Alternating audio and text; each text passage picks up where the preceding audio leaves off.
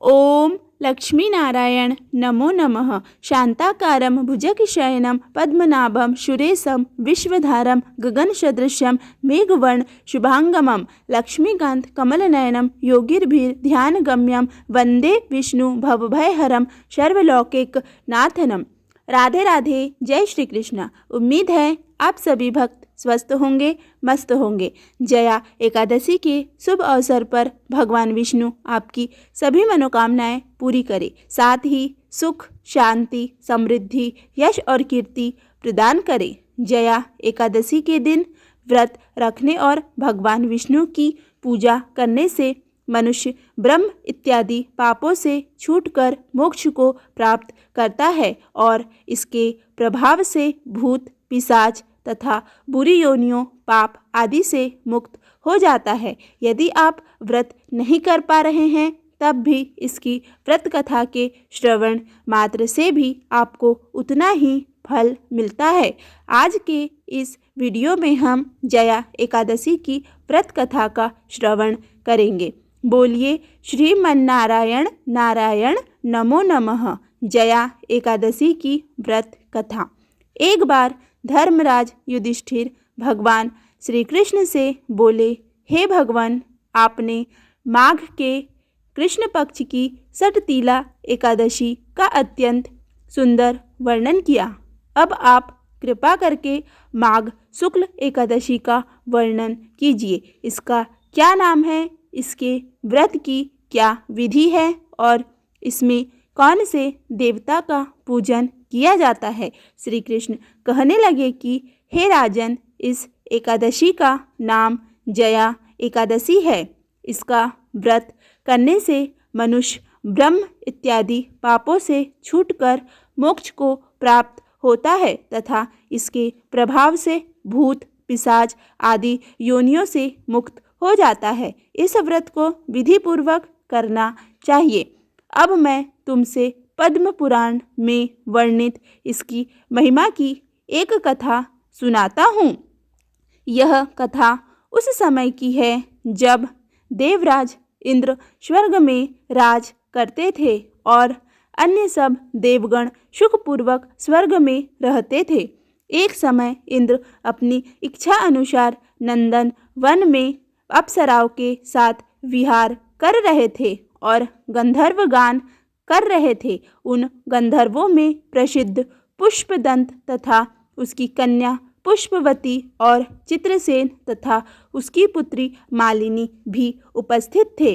साथ ही मालिनी का पुत्र पुष्पवान और उसका पुत्र माल्यवान भी उपस्थित थे। पुष्पवती गंधर्व कन्या माल्यवान को देखकर उस पर मोहित हो गई और माल्यवान पर काम बाण चलाने लगी। उसने अपने रूप, लावण्य और हाव भाव से माल्यवान को वश में कर लिया। हे राजन, वह पुष्पवती अत्यंत सुंदर थी। अब वे इंद्र को प्रसन्न करने के लिए गान करने लगे, परंतु परस्पर मोहित हो जाने के कारण उनका चित्त भ्रमित हो गया था। इनके ठीक प्रकार न गाने तथा स्वर ताल ठीक नहीं होने से इंद्र इनके प्रेम को समझ गया और उन्होंने इसमें अपना अपमान समझकर उनको श्राप दे दिया। इंद्र ने कहा, हे मूर्खों, तुमने मेरी आज्ञा का उल्लंघन किया है, इसीलिए तुम्हारा धिक्कार है। अब तुम दोनों स्त्री पुरुष के रूप में मृत्यु लोक में जाकर पिशाच रूप धारण करो और अपने कर्म का फल भोगो। इंद्र का ऐसा श्राप सुनकर वे अत्यंत दुखी हुए और हिमालय पर्वत पर दुखपूर्वक अपना जीवन व्यतीत करने लगे। उन्हें गंध, रस तथा स्पर्श आदि का कुछ भी ज्ञान नहीं था। वहाँ उनको महान दुख मिल रहे थे। उन्हें एक क्षण के लिए भी निद्रा नहीं आती थी। उस जगह अत्यंत शीत थी, इससे उनके रोंगटे खड़े रहते और मारे शीत के दांत बजते रहते।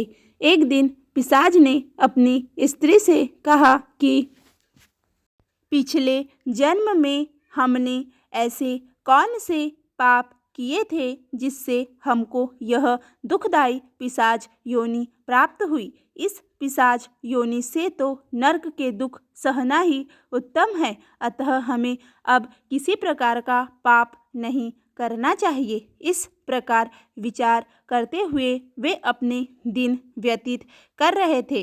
दैव्य योग से तभी माघ मास में शुक्ल पक्ष की जया नामक एकादशी आई। उस दिन उन्होंने कुछ भी भोजन नहीं किया और न ही पाप कर्म ही किया, केवल फल फूल खाकर ही दिन व्यतीत किया और सायंकाल के समय महान दुख से पीपल के वृक्ष के नीचे बैठ गए।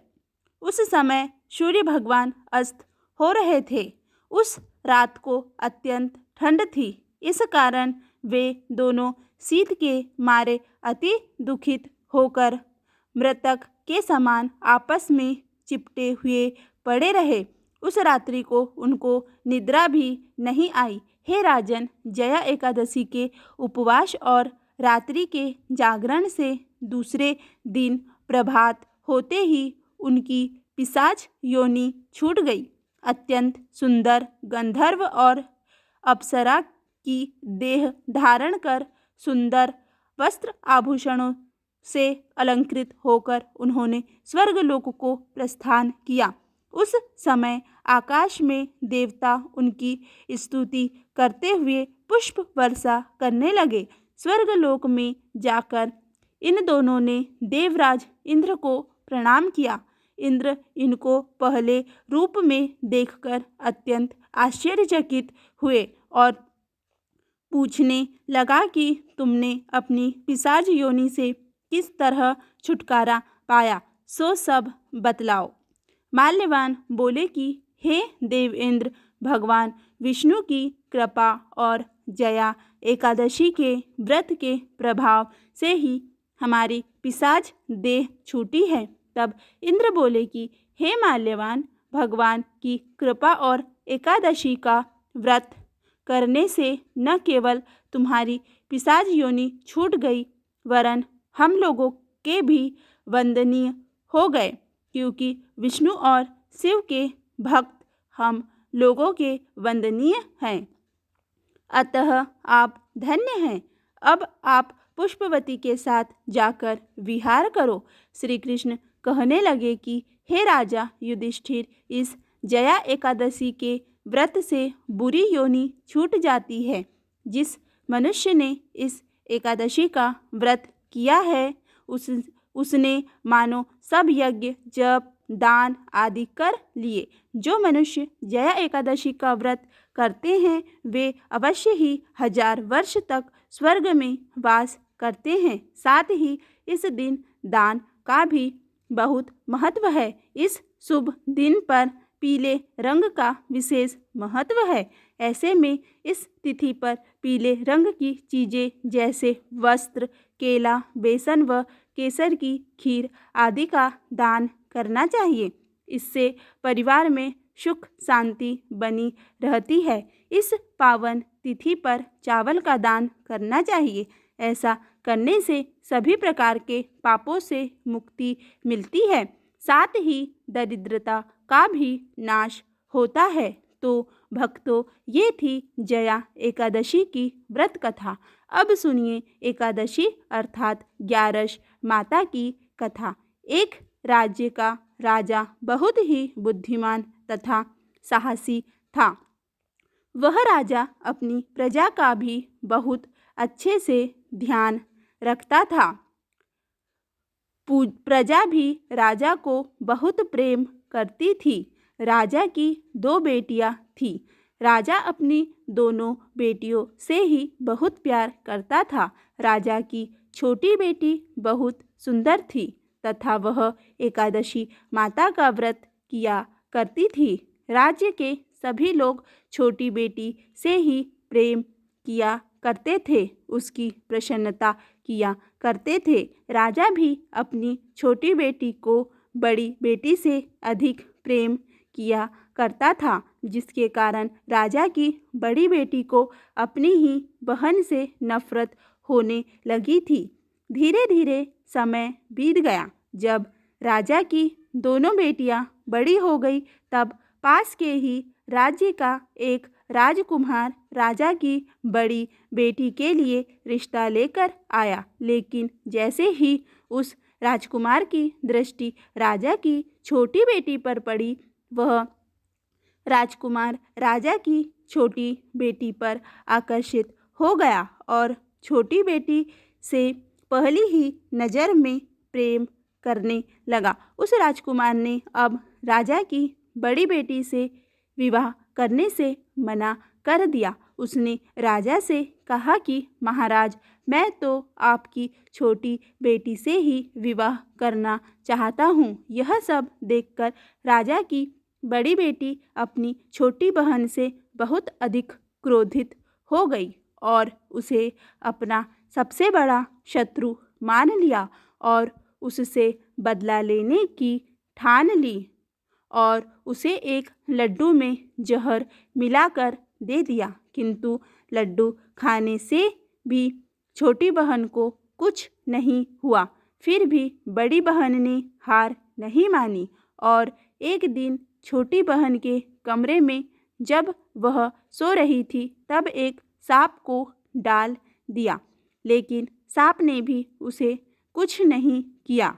फिर एक दिन बड़ी बहन छोटी बहन को कुएं पर पानी लाने के लिए ले गई और उसे कुएं के अंदर धक्का दे दिया, लेकिन फिर भी छोटी बहन को कुछ नहीं हुआ, क्योंकि हर बार 11 माता अर्थात एकादशी माता उसकी रक्षा कर रही थी। यह सब देख बड़ी बहन और ज़्यादा क्रोधित हो जाती है। फिर एक दिन वह अपनी छोटी बहन से जाकर पूछती है कि बहन, क्या तुम्हें पता है कि किसी भी व्यक्ति की मृत्यु कब और कैसे हो सकती है? मेरी और तुम्हारी मृत्यु कैसे होगी?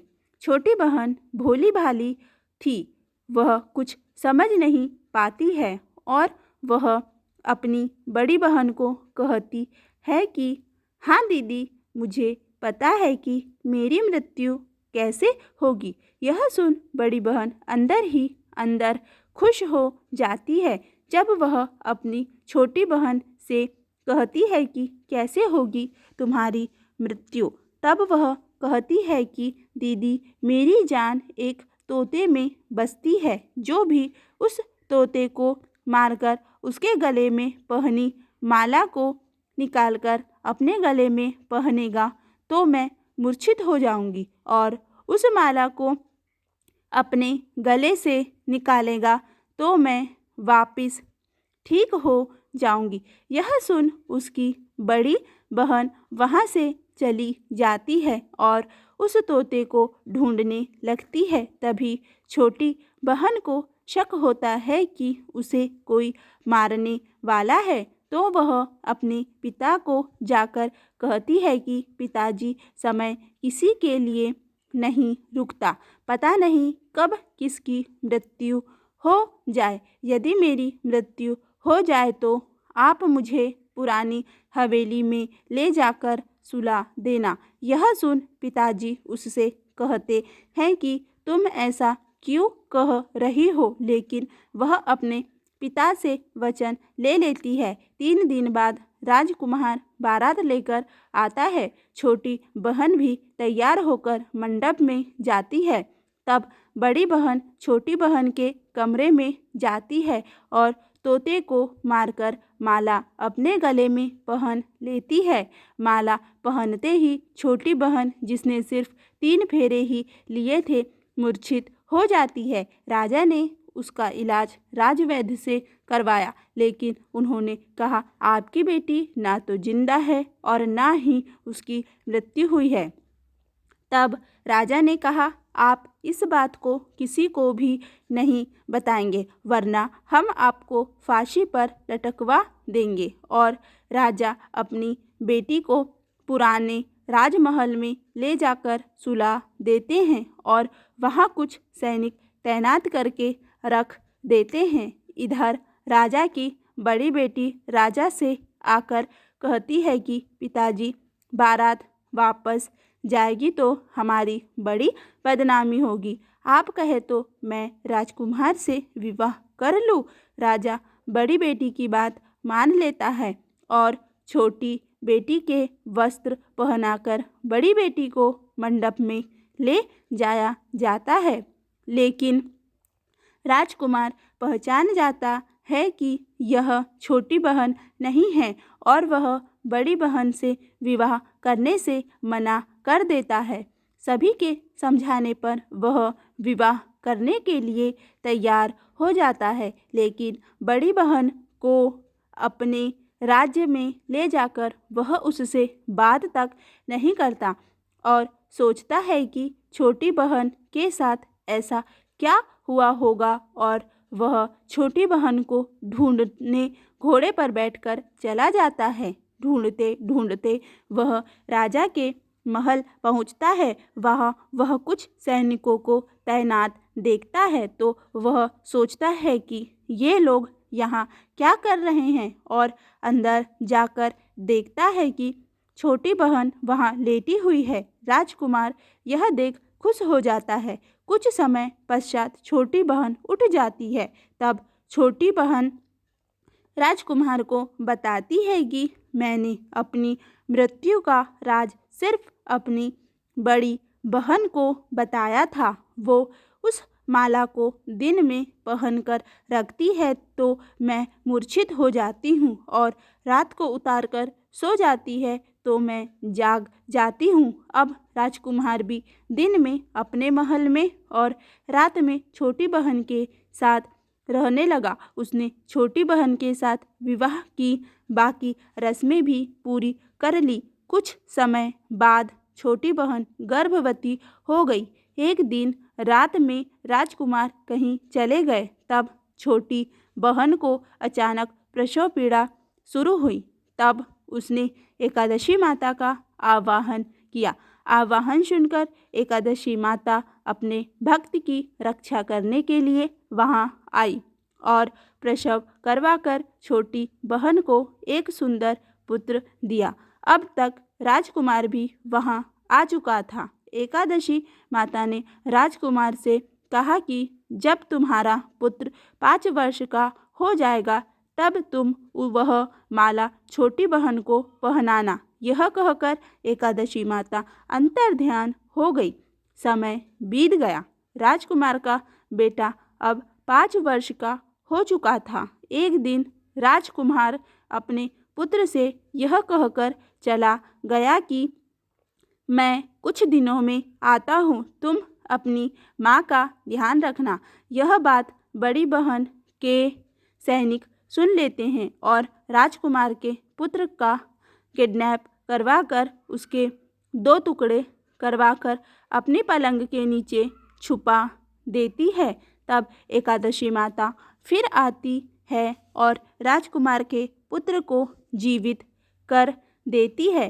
राजकुमार अपने पुत्र को लेकर बड़ी बहन के पास आता है और कहता है कि तुम इसे अच्छे से रखोगी तो मैं तुमसे बात करूँगा।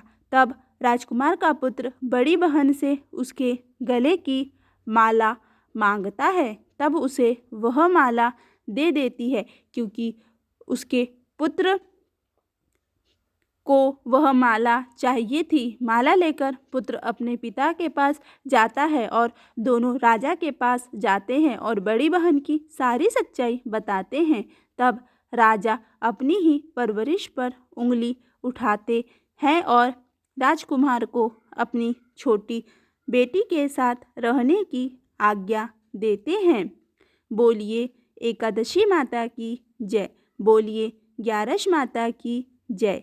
हे ग्यारस माता, जैसा सत आपने छोटी बहन का रखा वैसा सत सबका रखना। बोलिए ग्यारस माता की जय।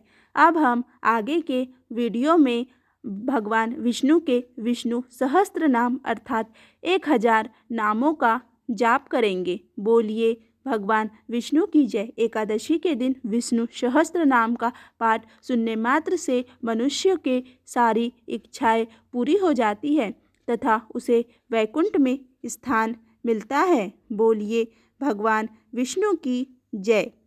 ओम नमो भगवते वासुदेवाय नमः। ओम विश्वं विष्णु वसिष्ठकारो भूत भव्य भवत प्रभु भूत कृत भूत भृत भावो भूतात्मा भूतभावनः पूतात्मा परमात्मा च मुक्तानां परम गति अव्यय पुरुष साक्षी क्षेत्रज्ञो अक्षर एव च योगो योगविदां नेता प्रधान पुरुषेश्वरः नारसिंह वपु श्रीमान् केशवः पुरुषोत्तमः शर्वः शर्वः शिव स्थाणुः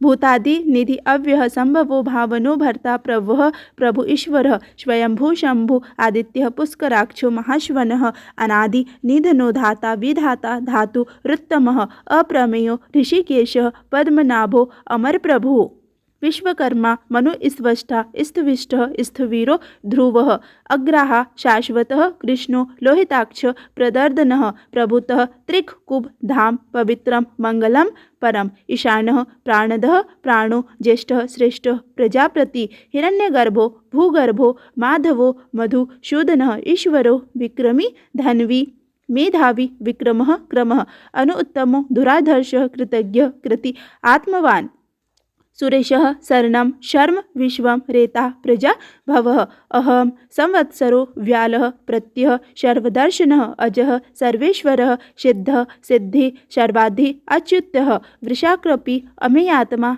सर्व योग निवेशतः वसु वसुमना सत्यः समात्मा संमितः समः अमोघः पुंडरीकाक्षो वृषकर्मा वृषाकृतिः रुद्रो बहुशिरा बभ्रुः विश्वयोनि शुचि श्रवा अमृतः शाश्वतः स्थाणु वरारोहो महातपाः सर्वगः सर्वविद भानु विश्वक सेनो जनार्दनः वेदो वेदविद अव्यंगो वेदांगो वेदविद कवि लोकाक्ष सुराक्षयो धर्माक्ष कृता कृतः चतुरात्मा चतुर्व्यूह चतुर्दृष्टः चतुर्भुजः भ्राजिष्णु भोजनम भोक्ता सहिष्णु जगदा द्विजः अनघो विजयो जेता विश्वयोनि पुनर्वसुः उपेन्द्रो वामनः प्रांशु अमोघः शुचि ऊर्जितः अतीन्द्रः संग्रह सर्गो धृतात्मा नियमो यमः वैदो वैद्यः सदा योगी वीरः माधवो मधु अति इंद्रियो महामायो महोत्साहो महाबलः महाबुद्धि महावीर्यो महाशक्ति महाधृति अनिर्देश्य वपु श्रीमान अमेयात्मा महाद्रि धृक् महेश्वासो महीभर्ता श्रीनिवासः सत्तां गतिः अनिरुद्धः सुरानंदो गोविंदो गोविंदां पतिः मरीचि दमनो हंसः सुपर्णो भुज गौतमः हिरण्यनाभः सूतपाः पद्मनाभः प्रजापति अमृत्युः सर्वदृक् सिंह सनधाता संधिमान स्थिरः अजो दुर्मर्शनः शास्ता विश्रुतात्मा सुरारिहा गुरु गुरुत्तमो धामः सत्यः सत्य पराक्रमः निमिषो अनिमिषः स्त्रवी वाजपतिः उदार धी अग्रणी ग्रामणी श्रीमान न्यायो नेता समीरणः सहस्र मूर्धा विश्वात्मा सहस्राक्ष सहस्रपात आवर्तनो निवृत्तात्मा संवृतः सम प्रमर्दनः अहम संवत्सको वही अनिलो धरणीधरः सुप्रसादः प्रसन्नात्मा विश्वधृक् विश्वभुक् विभु सत्कर्ता सत्कृतः साधु जह नारायणो नरः संख्येयो अप्रमेयात्मा विशिष्टः शिष्टकृत सूचि सिद्धार्थः सिद्ध संकल्पः सिद्धिदः सिद्धि साधनः वृषाहि वृषभो विष्णुः वृष पर्वा वृषोदरः वर्धनो वर्धमानश्च विविक्तः श्रुतिसागरः सुभुजो दुर्धरो वाग्मी महेन्द्रो वसुदो वसु नैकरूपो बृहद्रूपः सिपिविष्टः प्रकाशनः ओजः तेजो धृतिधरः प्रकाश आत्मा प्रतापनः रिद्धः स्पष्टाक्षरो मंत्र चंद्राशु भास्कर धृति अमृतान शुद्धभवु भानु सस्बिंदु सुरेश्वरः औषधं जगतः सेतु सत्यधर्म पराक्रमः भव भूत भव्य भवतनाथः पवनः पावनो अनलः कामः कामकृत कांतः कामः कामप्रदः प्रभु युगादिकृत युगावर्तो नैकमायो महाशनः अदृश्यो व्यक्तिरूपस्य सहस्रजित अनंतजित इष्टो विशिष्टः शिशिष्टः शिखंडी नहुषो वृषः क्रोधः क्रोधकृत कर्ता विश्वबाहु महीधर अच्युतः प्रथितः प्राणः प्राणदो वाश वानुजः अपां निधिर्धिष्ठानम् अप्रमत्तः प्रतिष्ठितः स्कन्दः स्कन्दधरो धैर्यो वर्धो वायु वाहनः वासुदेवो बृहद्भानु आदिदेवः पुरन्दरः अशोकः तारणः तारः सूरः शौरिः जनेश्वरः अनुकूलः शतावर्तः पद्मी पद्मनिभेक्षणः पद्मनाभो अरविन्दाक्षः पद्मगर्भः शरीरभृत् महर्धि ऋद्धो वृद्धात्मा महाक्षो गरुड़ध्वजः अतुलः सर्भो भीमः समज्ञो हवीर हरि सर्वलक्षण लक्षण्यो लक्ष्मीवान् समितिञ्जयः विक्षरो रोहितो मार्गो हेतु दामोदर शः महीधरो महाभागो वेगमान अमिताक्षणः उद्भव शोभनो देवः श्रीगर्भः परमेश्वरः करणं कारणं कर्ता विकर्ता गहनो गुह व्यवसायो व्यवस्थानः संस्थानः स्नानदो ध्रुवः परर्द्वि परम स्पष्टः तुष्टः पुष्टः शुभेक्षणः रामो विरामो वीरजो मार्गो नेयो नयो अनयः वीरः शक्तिमत्तां श्रेष्ठः धर्मो धर्मविद्युत्तमः वैकुण्ठः पुरुषः प्राणः प्राणदः प्रणवः पृथु व्यापतो वायुर्धोक्षजः ऋतु सुदर्शनः कालः परमेष्टि परिग्रह उग्रः संवत्सरो दक्षो विश्रामो विश्व दक्षिणः विस्तारः स्थावरः स्थाणुः प्रमाणं बीजं व्ययम् अर्थो अनर्थो महाकोशो महाभोगो महाधनः अनिर्विणः स्थविष्ठो अभूधर्म यूपो महामख नक्षत्रनेमि नक्षत्री छमः छामः समीहन यज्ञ इज्जो महजस्य कृतु सत्तां सत्तां गतिः सर्वदर्शी विमुक्तात्मा सर्वज्ञो ज्ञानमुक्तमं सुव्रतः सुमुखः सूक्ष्मः सुघोषः सुगदः सुहृत् मनोहरो जित क्रोधो वीर बाहुर्विदारणः स्वापनः स्ववशो व्यापी नैकात्मा नैककर्मकृत वत्सरो वत्सलो वत्सी रत्नगर्भो धनेश्वरः धर्मगुभ धर्मकृत धर्मी सत्सत्क्षरम् अक्षरम् अविज्ञाता सहस्रांशु विधाता कृत लक्षणः गभस्ति नेमि संवत्स सिंहो भूत महेश्वरः आदिदेवो महादेवो देवेशो देवभृत गुरुः उत्तरो गोपतिर्गोप्ता ज्ञानगम्य पुरातनः शरीर भूत भ्रदो भ्रोक्ता कपिन्द्रो भूरि दक्षिणः सोमपो अमृतपः सोमः पुरोजित पुरुत्तमः विनयो जयः सत्यसेनसन्धो दाशारः सात्वतां पति जीवो विनयिता साक्षी मुकुंदो अमित विक्रमः अम्भोनिधि रतात्मा महदधिशयो अंतकः अजो महारः स्वभाव्यो चितामित्र प्रमोदनः आनंदो नंदनो नंदः सत्यधर्मा त्रिविक्रमः महर्षि कपिलाचार्यः कृतज्ञो मेदिनीपति त्रिपद स्त्रीदशाक्षयो महाशृंगः कृतांत कृत महावराहो गोविंदः सुषेणः कांदगी गुहो गंभीरो गहनो गुप्त शक्र गदाधरः वेधा स्वांगो अजितः कृष्णो दृढ़ः संकर्षणो अच्युतः वरुणो वारुणो वृक्ष पुष्कराक्षो महामना भगवान भगानंदी वनमाली हलायुद्ध आदित्यो ज्योतिरादित्यः सहिष्णुः गति सप्तमः सुगंधवा खंडपर शूरदारुणो द्रविण प्रदः दिवि स्पक शर्वदृक् व्यासो वाचपति अयोनिजः त्रिशाम सामग शाम निर्वाणम भेष जम भीषक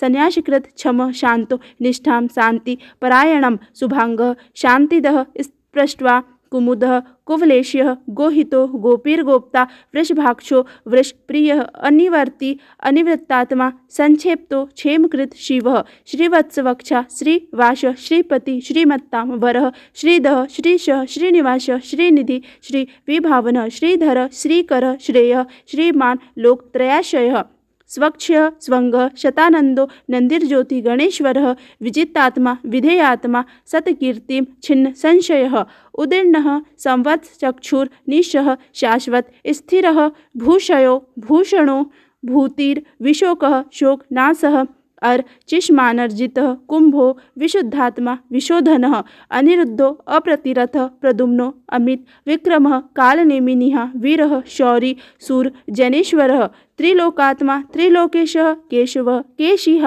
हरि कामदेवः कामपालः कामी कांतः कृता ग्रमः अनिर्देश्यं वपुर्विष्णु वीरो अनंतो धनंजय ब्राह्मणो ब्रह्मकृत ब्रह्मा ब्रह्म ब्रह्म विवर्धनः ब्रह्मविद ब्राह्मणो ब्रह्मी ब्रह्मज्ञो ब्राह्मण प्रियः महाक्रमो महाकर्मा महातेजा महोरगः महाक्रतुर महायज्वा महायज्ञो महाहवि स्तव्य स्तवप्रिय श्रोता स्तुति श्रोता रणप्रिय पूर्णः पूरयिता पुण्यः पुण्यकीर्तिर रनामयः मनोजवस्तिर्तीर्थकरो वशुरेता वशुप्रदः वशुप्रदो वासुदेवो वशुमना हवि सद्गति सत्कृति सत्तां सद्बुद्धि सत्परायणः शूरसेनो यदुश्रेष्ठः सन्निवासः सुयामुनः भूतावासो वासुदेवः सर्वा सुनिलयो अनलः दर्पः दर्पदो दृप्तो दुर्धरो अथा पराजित विश्वमूर्तिर्महामूर्ति दीप्तमूर्ति अमूर्तिमान अनेकमूर्तिर्व्यक्तः शतमूर्ति शताननः एको नैकः शवः कः किं यत् तत् पद्मनुत्तमं लोकबन्धु लोकनाथो माधवो भक्त वत्सलः सुपर्णो वर्णो हेमांगो वरांगः चंदनांगदी वीरः विषमः शून्यो घृता क्षीर अचंचलः अमानी मानदो मान्यो लोकस्वामी त्रिलोक धृत सुमेधा मेधजो धन्य सत्यमेधा धराधरः तेजो वृषो धृतिधरः सर्वशस्त्रभृत्तां वरः प्रगदो निग्रहो व्यग्रो नैकशृंगो गदाग्रजः चतुर्मूर्ति चतुर्बाहु चतुर्व्यूह चतुर्गति चतुरात्मा चतुर्भावः चतुर्वेद पातकः समावर्तो अनिवृत्तात्मा दुर्जयो दुर्तिक्रमः दुर्लभो दुर्गमो दुर्गो दुरावासो दुरारिहा शुभांगो लोक सारंगः शुतंतु स्तंतुवर्धनः इंद्रकर्मा महाकर्मा कृतकर्मा कृतागमः उद्भवः सुंदरः शुंदो रत्ननाभः सुलोचनः अर्को वाजसनः श्रृंगी जयंतः सर्वविज जयी सुवर्ण बिंदु रक्षभ्यो शु सर्ववागी सुरेश्वरः महाहृदो महाघर्तो महाभूतो महानिधः कुमुदः कुंदरः कुंदः पुरजन्यः पर्जन्यः पावनो अनिलः अमृतांशो अमृतवपु सर्वज्ञ सर्वतो मुख सुलभः सुव्रत सिद्धः शत्रुजिन त्रुतापनः निग्रोधो औदुम्बरो अश्वत्थः चाणुरांध्र निषूदनः सहस्रार्षि सप्तजीव सप्तदैधा सप्तवाहनः अमूर्तिरनघो आचिन्त्यो भयकृत भयनाशः अणुबृहत् कृशः स्थूलो गुणभुन्नीर गुणः महान अधृत श्वधतः श्वास्यः प्रांगवशो वंशवर्धनः भारभृत कथितो योगी योगीशः सर्वकामदः आश्रम श्रमणः क्षामः सुपर्णो वायुर्वाहनः धनुर्धरो धनुर्वेदो दंडो दमयिता दमः अपराजितः सर्वसहो नियंतां नियमो यमः सत्ववान सात्विकः सत्य सत्यधर्म परायणः अभिप्रायः प्रियारो प्रियकृत प्रीति वर्धनः विहाय सगतिर्ज्योतिः सुरुचिर भूत भुग विभु रविर विरोचनः सूर्य सविता रविलोचनः अनंतो हुत भुक् भोक्ता सुखदो नैकजो अग्रजः अविण्विणः सदामर्षि लोकधिष्ठाम् अद्भुतः सनात् सनातमः कपिलः कपिलव्यः स्वस्तिदः स्वस्तिकृत स्वस्ति स्वस्तिभुक् स्वस्ति दक्षिणः अरौद्रः कुंडली चक्री विक्रमजित् शासनः सप्तादिग सप्तसगः शिशिरः सर्वरिकरः अक्रूरः पेशलो दक्षो दक्षिणः क्षमिणां वरः विद्वत्तमो विद्भयः पुण्यश्रवण कीर्तः उत्तराणो दुष्कृतिः पुण्यो दुःस्वप्ननाशनः वीरः रक्षणः संतो जीवनः पर्यवस्थितः अनंतरूपो अनंतश्री जितमन्यु भयापः चतुर्षो गंभीरात्मा विदिशो व्यादिशो दिश अनादिर भूर भुवो लक्ष्मी सुवीरो रुचि रांगदः जन्नो जन्म जन जन्मादि भीमो भीम पराक्रम आधार निलयो धाता पुष्पहासः प्रजागरः उर्वद्वगः सत्पथाचारः प्राणदः प्रणवः पणः प्रमाणम प्राण निलयः प्राणभृत प्राण जीवनः तत्वं तत्व विधेकात्मा जन्म मृत्यु जरातिगः भूर्भवः स्वस्तिरुत्रतारः सविता प्रपितमः यज्ञो यज्ञपतिर यज्वा यज्ञांगो यज्ञवाहनः यज्ञभृत यज्ञकृत यज्ञ यज्ञभुग यज्ञ साधनः यज्ञांतकृत यज्ञ गुहामन मन्नाद एव च आत्मयोनि स्वयं जातो व्याख्यानः साम गायनः देवकीनन्दनः स्पष्ट्वा क्षितिजः पापनाशनः शंख भृग नंदकी चक्री शांगधन्वा गदाधर स्थांग पाणि रक्षोभ्य सर्व प्रहरना युद्ध ओम नमः इति। यदि यह वीडियो आपको अच्छा लगा हो तो प्लीज़ वीडियो को लाइक करें, वीडियो को ज़्यादा से ज़्यादा शेयर करें तथा चैनल पर पहली बार आए हैं तो चैनल को सब्सक्राइब करना बिल्कुल ना भूलें। दिल से धन्यवाद।